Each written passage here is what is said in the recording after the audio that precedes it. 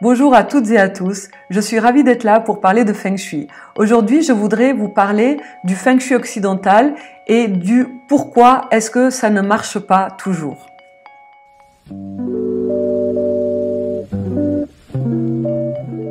Commençons par la différence entre le Feng Shui traditionnel et le Feng Shui occidental. Le Feng Shui traditionnel, que j'aborde dans toutes les vidéos de cette chaîne, se base sur le principe que chacun d'entre nous a sa propre identité énergétique et de par ce fait, les énergies individuelles de chacun seront dans des endroits différents selon le Mingwa.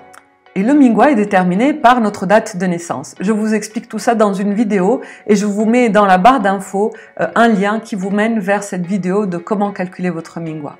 Par contre, le Feng Shui occidental, il explique que au sud-ouest, nous avons par exemple le secteur de l'amour et de la romance. Au nord, nous avons le secteur de la carrière. Au sud-est, nous avons le secteur de la prospérité. Ok? Ça veut dire que selon les principes du Feng Shui occidental, tous les logements, tous les sud-ouest du logement, quelle que soit l'identité énergétique de l'habitant, ce sera toujours l'endroit du couple, de la romance et de l'amour. Et c'est pour cela que le Feng Shui occidental peut marcher certaines fois, si ça coïncide avec l'identité énergétique de la personne, et peut ne pas marcher certaines fois. Si l'on place la grille des secteurs sur le plan de votre logement, on va trouver un secteur sud-est. Le secteur sud-est, selon le Feng Shui occidental, c'est le secteur de l'argent. Et toujours selon le Feng Shui occidental, ce secteur-là appartient à l'élément bois. Et si l'on observe quels sont les éléments qui renforcent le bois, il s'agit du bois et de l'eau. Parce que le bois renforce le bois et l'eau nourrit le bois, donc ça renforce cette énergie bois. Et donc, les recommandations du Feng Shui occidental seraient de placer du bois et de l'eau dans le secteur sud-est. Concrètement, des plantes et des vases avec de l'eau à l'intérieur. Mais si nous prenons un habitant qui est Mingwa 8, selon sa date de naissance, son énergie Shengxi, c'est-à-dire l'énergie de la richesse, se situe au sud-ouest.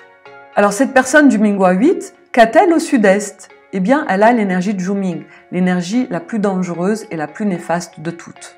Et qu'est-ce qui se passe lorsqu'on place de l'eau dans une énergie de Zhuming? Eh bien, l'énergie de Zhuming va être amplifiée, donc encore plus de désastres, encore plus d'accidents et encore plus de maladies. Donc ça renforce cette énergie de Zhuming en multipliant ses effets et ça peut avoir vraiment des résultats extrêmement catastrophiques, désastreux. Par contre, une personne qui est du Mingwa 1, au sud-est, elle va avoir l'énergie Shengxi, donc l'énergie de la prospérité. Et de ce fait, en mettant de l'eau, elle va amplifier cette énergie-là. Donc pour cette personne du Mingwa 1, ça va fonctionner. Et d'une manière générale, le secteur sud-est est très favorable pour les Mingwa du groupe de l'Est, c'est-à-dire le 1, le 3, le 4 et le 9.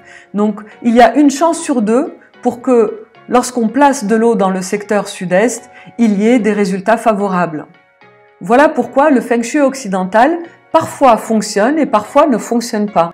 Et c'est parce qu'il fonctionne des fois que les personnes continuent à utiliser le Feng Shui occidental. Pour ma part, mon côté rationnel me pousse à étudier et à adopter une discipline uniquement lorsque les résultats sont reproductibles.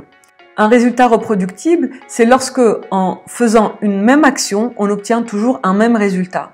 C'est là où je suis confortée sur le fait que cette discipline est bel et bien une science des énergies de la Terre, même si elles sont invisibles, il n'en demeure pas moins qu'elles obéissent à certaines lois.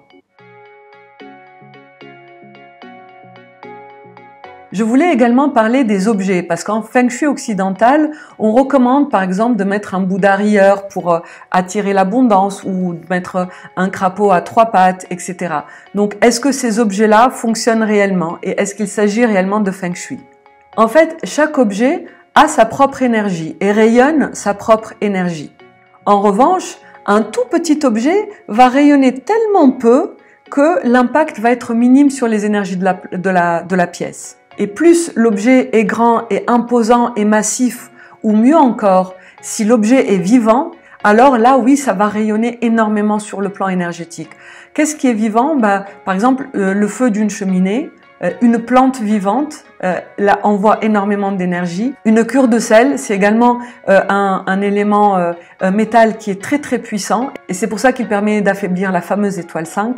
En revanche, un tableau qui contient le dessin d'un arbre, eh bien là, ça ne va pas vibrer autant qu'un arbre. Ou la photo d'une montagne ne vibrera jamais comme une montagne réelle. C'est pour cela que pour moi, et ça c'est mon expérience personnelle, je n'accorde pas beaucoup d'importance aux petits objets de décoration.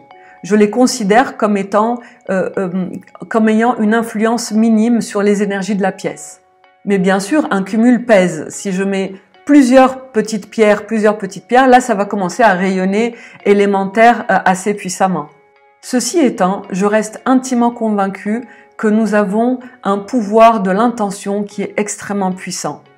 C'est-à-dire que si je mets par exemple des pivoines au sud-ouest en posant l'intention que grâce à ces pivoines-là, je vais m'épanouir sur le plan sentimental, il y a de fortes chances pour que ça fonctionne. Mais ce n'est pas du feng shui, c'est le pouvoir de l'intention qui fait ça. Pour ma part, j'ai gardé plusieurs objets qui sont du feng shui occidental, mais qui, pour moi, quand je les regarde, me permettent de me recentrer, de focaliser sur l'intention que j'ai eue en posant ces objets-là à côté de moi.